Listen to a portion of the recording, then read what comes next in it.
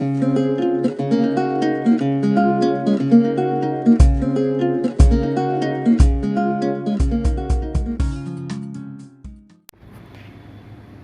morning to everybody. Today we will discuss about unitary method. It is the method to find out the value of 1 unit. So for value to find out the unit value, two subclasses are there. One is direct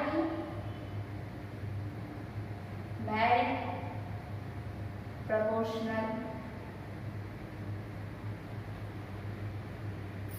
law,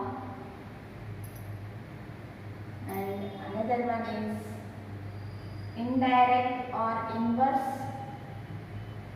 proportional law.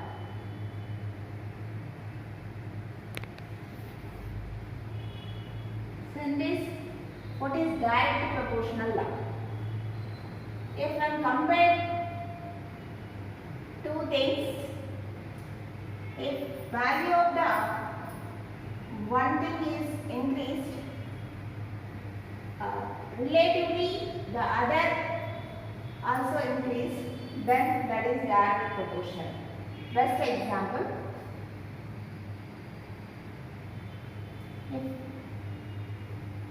when we are going with same speed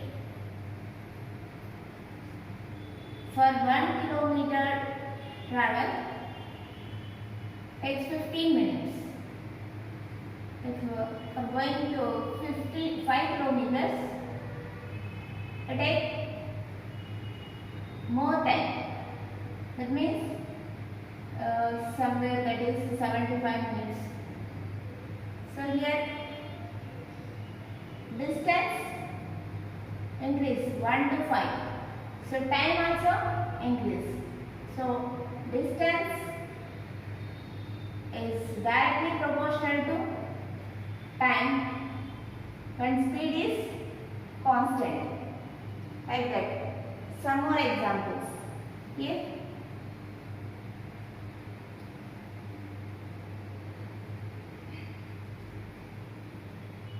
three kg rice need for 10 people. So suppose each people take equal quantity, then 30 kg rice is need or sufficient for 100 people. So here also quantity of rice increased, at the same time number of people also increased. That is the direct proportional law. Next, inverse proportion. Inverse proportion means if I compare two things, value of one is increased, automatically other will be decreased, or vice versa. For example,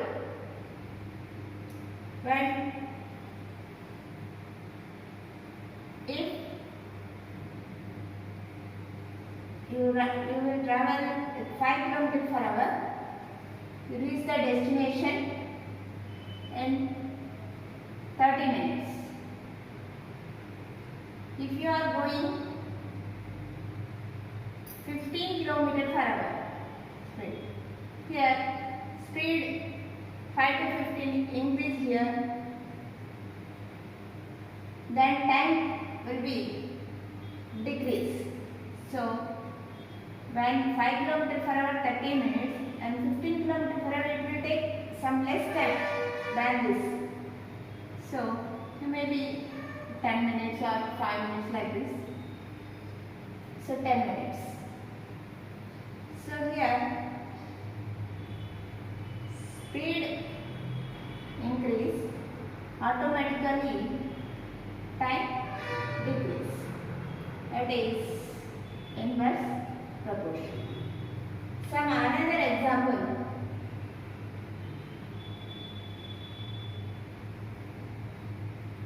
10 workers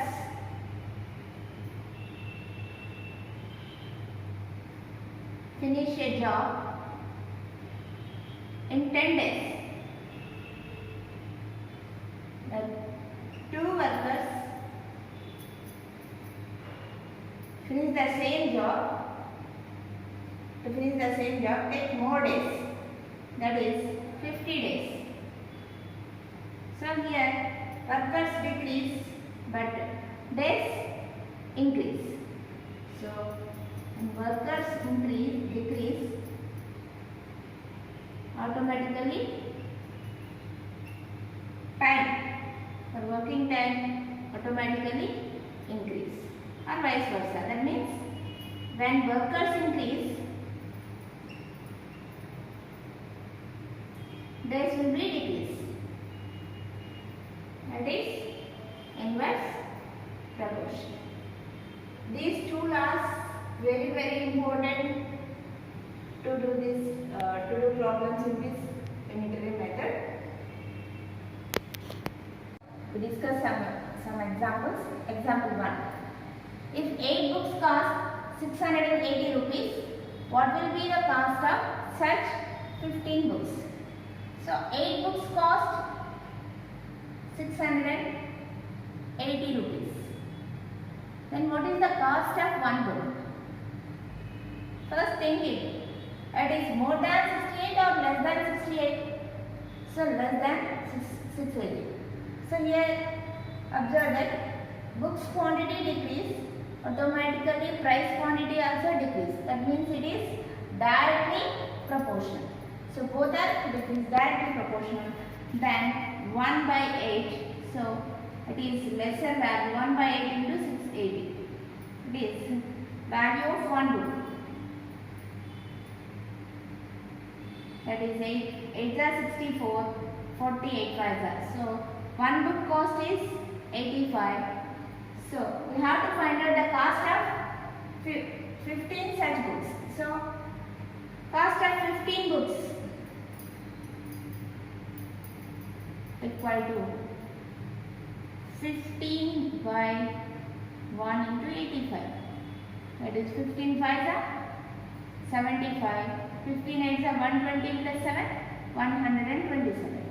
That is 1275 rupees. In another way, this question, here 8 books cost 680 rupees. And what is the cost of 15 books? So 15 books cost, it is directly proportional relation. So it will be increased. So more than this. So in these two values, greater value is 15.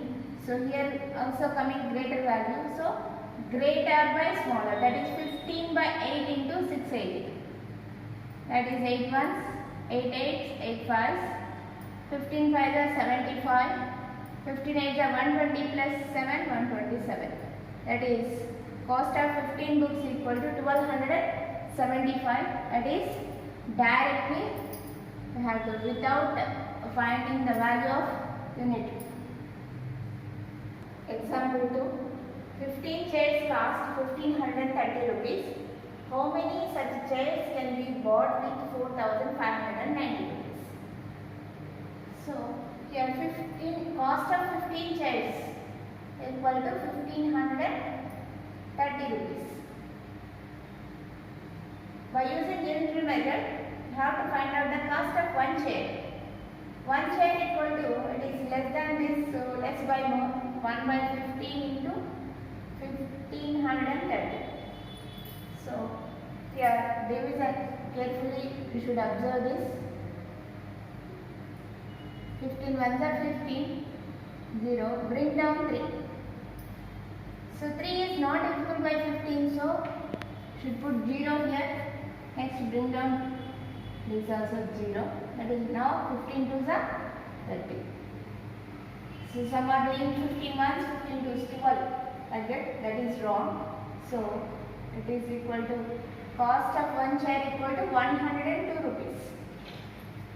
But how many chairs can be bought with 4590 rupees?